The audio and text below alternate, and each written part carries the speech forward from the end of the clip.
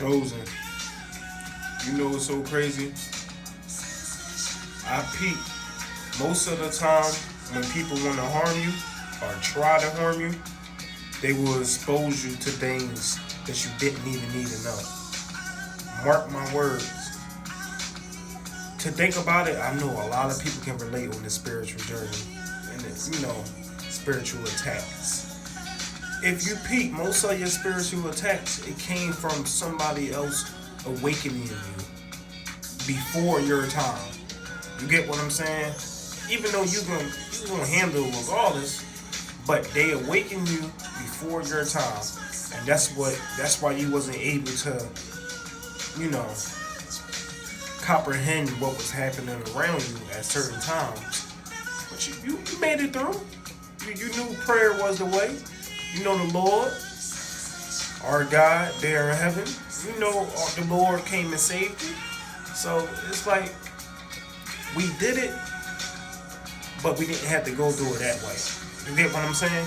The goal was from our ancestors and the people that came before us is to make each awakening journey more smoother, not harder. That's like me.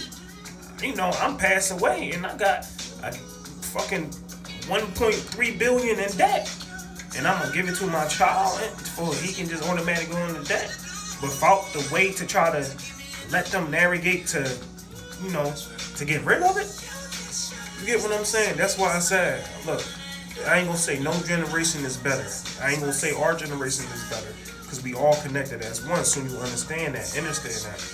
But I must say that this generation, my generation, it's a generation that's